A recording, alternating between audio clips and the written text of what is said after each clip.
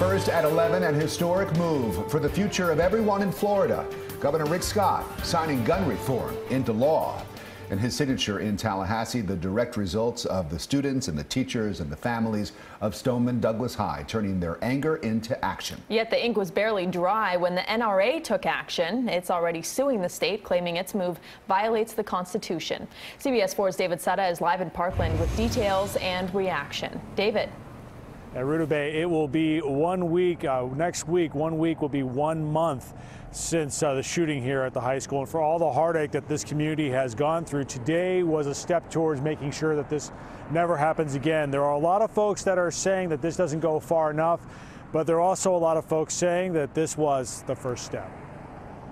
Every student in Florida has a right to learn in a safe environment. And every parent has a right to send their kids to school knowing that they will return safely at the end of the day.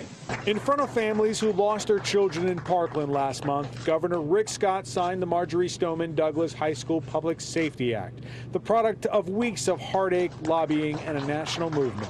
I wish I could tell you that I'm happy, but how could we be happy? He buried his sister, and I buried my daughter. To me, this is a start for us. The bipartisan bill goes into effect immediately and will limit access to guns. Students who rallied for the reform are thrilled. I definitely think it's a step forward. There's a lot more that has to be done. Still, she would like to see background checks. In addition to raising the minimum age to 21 to purchase a gun, bump stocks will be illegal, and all gun purchases will have a 3-day wait period.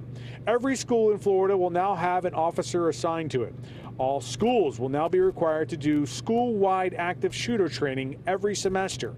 Nearly $100 million is being allocated to fortify schools with metal detectors, bulletproof glass, steel doors, and upgraded locks. A new Fortify FL app will be created to allow anonymous tips on school threats. More than $100 million has been set aside to expand mental health services. The bill establishes a task force to investigate what went wrong on February 14th and provide more solutions. Finally, the most controversial element may be the Coach Aaron Feist Guardian program that would allow school staff to carry firearms. Teachers are excluded, and the volunteer program requires the school board and sheriff's office both to sign off on it. Both Miami-Dade and Broward both have said they will not participate. So overall, we think there's some really good things in the bill. It is not a perfect bill, but it is a good start. I applaud the governor, applaud the legislature for that. Roughly an hour after the ink had dried on Florida's new gun reform, the first in 22 years, the National Rifle Association filed a federal lawsuit. The NRA saying the ban on gun ownership under the age of 21, quote, violates the fundamental rights of thousands of responsible, law-abiding Florida citizens and is thus invalid under the 2nd and 14th Amendments, the right to bear arms and the right to equal protection. They argue women are disenfranchised the most because, quote, females between the age of 18 and 21 pose a relatively slight risk of perpetrating a school shooting. The governor, who prior to Friday had a top rating by the NRA, seemed unmoved. I'm sure there's NRA members that agree with this bill, some that don't agree with this bill. But the way I think about it, I'm going to do what I think are common sense solutions.